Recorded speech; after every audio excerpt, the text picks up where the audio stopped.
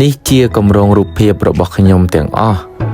នៃការដឹកនាំបងប្អូនក្រុមប្លុកសិល្បៈខ្មែរនៅកូរ៉េរយៈពេលពេញ1ឆ្នាំនៅក្នុងនោះក៏មានការហាត់រៀនរបាំខ្មែរការជួយការងារសង្គមខ្លះៗការបង្ហាញសិល្បៈវប្បធម៌ខ្មែរតាមរយៈការសម្ដែងរបាំផ្សេងៗនៅតាមតំបន់ជាច្រើននៅក្នុងប្រទេសកូរ៉េខ្ញុំពិតជារីករាយនឹងធ្វើវាដោយសេចក្តីស្រឡាញ់ហើយការងារទាំងនោះទទួលបានលទ្ធផលល្អគឺអាស្រ័យដោយសារ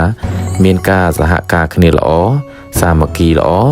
ការលះបង់ថវិកាផ្ទាល់ខ្លួននិងពេលវេលាដ៏មានតម្លៃរបស់សមាជិកគ្រប់រូប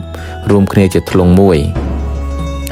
នៅក្នុងឱកាសបុណ្យចូលឆ្នាំសកលនេះផងដែរខ្ញុំសូមអរគុណនិងជូនពរឲ្យបងប្អូនសមាជិកក្រុមទាំងអស់មានសុខភាពល្អប្រាជ្ញាវាងវៃរកស៊ីទទួលមានបានជោគជ័យគ្រប់ភារកិច្ចការងារជាចុងក្រោយស្រឡាញ់អ្នកទាំងអស់គ្នាណាហើយក៏ចង់ប្រាប់ថាបងប្អូនទាំងអស់គ្នាគឺជាសរសៃឈាមនៃក្រុម